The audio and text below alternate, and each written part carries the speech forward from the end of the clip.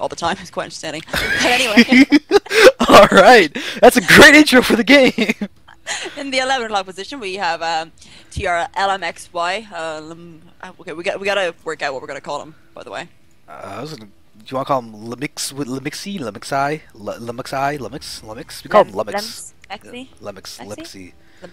Okay, whatever. Lexi. We call him Lexi. That'd be kind of funny if it's a him and we call him Lexi. Yeah, hey Lexi, how's it going?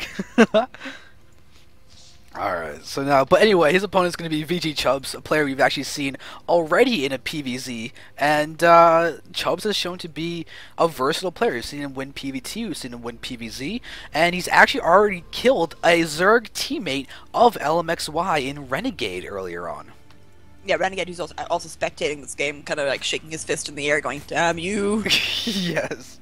But Renegade is a good person. He's actually one of the few people who has earned moderator status on my stream.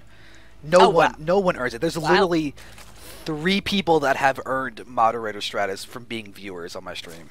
Everyone else is an admin for something, a caster for something, or like a friend that is actually proven to be important, or a teammate or something like that. Mm-hmm. Yeah. That's pretty impressive. He must be pretty nice. He's a cool person. Yeah, I see what he's doing there. I mean, now we've got Lemxy. We saw the probe going in, and just kind of keeping an eye on his main. I'm not really sure I agree with that. Again, I've said this so many times. I sound like a broken record from a high-level Zerg player point of view. I absolutely hate the fact that the probe was trying to block my natural, so I always end up pulling 5 of my drones. And actually, especially since in this game, he actually went through the mineral line as well, so it was quite easy to actually surround him with 5 drones, get rid of it, and actually get rid of this early aggression, just in case he throws down a pylon here, which he might do in a second, and again wasting valuable mineral time. Valuable mining time. But I wonder if he will throw a pylon down. Yeah, and one of the big things that Protoss can actually do to deal with that, for any of you Protoss people listening, is just when you send your probe through the mineral line, just right-click on mineral patches. And then it's a lot, you can't get a full surround. You may still die, but you'll usually escape with sometimes as much as full health, and you just lost all your shields. And also, as well, from a Protoss player point of view, most of the time, that one probe that goes out never goes home. It's so rare that it does. It's always going around, scouting, hiding behind some kind of rocks or crater somewhere, waiting to strike and put out a proxy pylon when the time is right. So it's so important to actually just kind of stop the Protoss players' map control by actually by trying to take out that probe. I'm not sure about you. Obviously, you're a Masters Protoss player. Would you agree with that, or do you often bring it home? I never bring it home. Never, ever, ever. There we go. And the best part is, take a look at the positions of the scouting here. This is he is gonna end up checking for it. But I was gonna say that honestly, the best spot to keep your probe alive is actually basically in the middle of the bottom left base, because people always like, oh, he'll hide in the corners. He's going to the corners. He'll be in the corners, and then you just don't be in a corner, and he's not gonna find you. Yeah, I mean, you can get some really nice positioning from the and hiding that probe somewhere. I always try and hide it around the 11 to 12 o'clock position, around that crater there. I find that they won't be able to find it, because you won't see an Overlord scouting that area ever again. So, because the Overlord scout's already been gone there, so that's what I do personally. But then again, I'm only working towards getting into Masters Protoss, or working towards it and getting there, while you already are a very established Protoss player. Oh, yeah. My arch enemy. I struggle so hard on ZVP on ladder. I mean, that's quite literally why I'm playing them, because I just can't. Not that I can't beat them. I just kind of I tend to struggle a bit on it. So that's why I'm gonna see what they're doing. I don't say sleeping with the enemy, but something like that. Not really. Not really, but Yeah, it's just a little bit of fraternizing, doing a little bit of behind the scenes investigating, double agent, all that good stuff. Oh yeah. But again, we just see standard builds. I do like the idea that Lemxy is going for Lemxy. He's gonna be like, that is not my name. Lemxy is going for his three expands. Again, it's just so important for the Zerg player to actually have very strong economy, and again, having these 3 bases is just so important, because again, once you're actually able to do that, even if you lose a lot of your units in the middle of the field, you will have the economy, you'll have the larvae, you'll have the queen, and you'll have the creep spread to actually be able to hold off anything in general.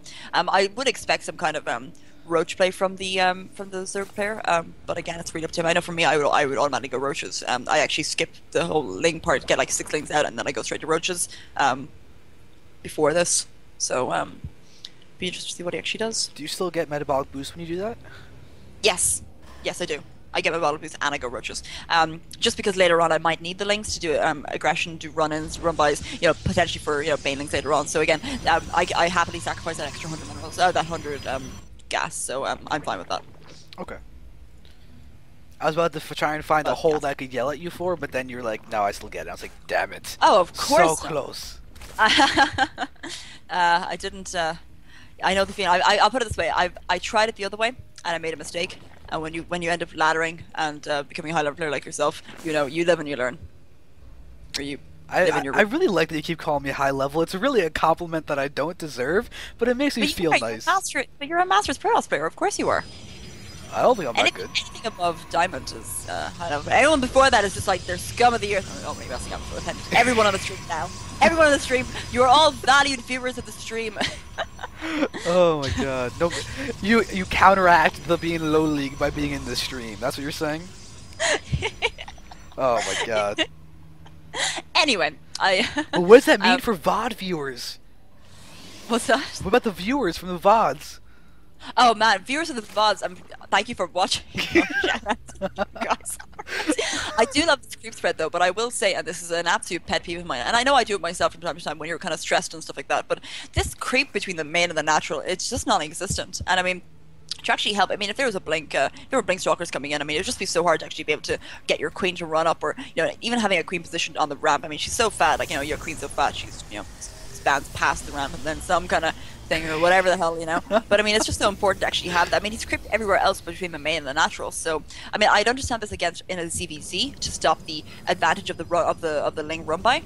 But in this situation, I'm not really sure I agree with it. We do think the Constitution going down as well. Oh, we see a Warp Prison going down, so we might see some kind of drop play. And this map is really good for that kind of play as well.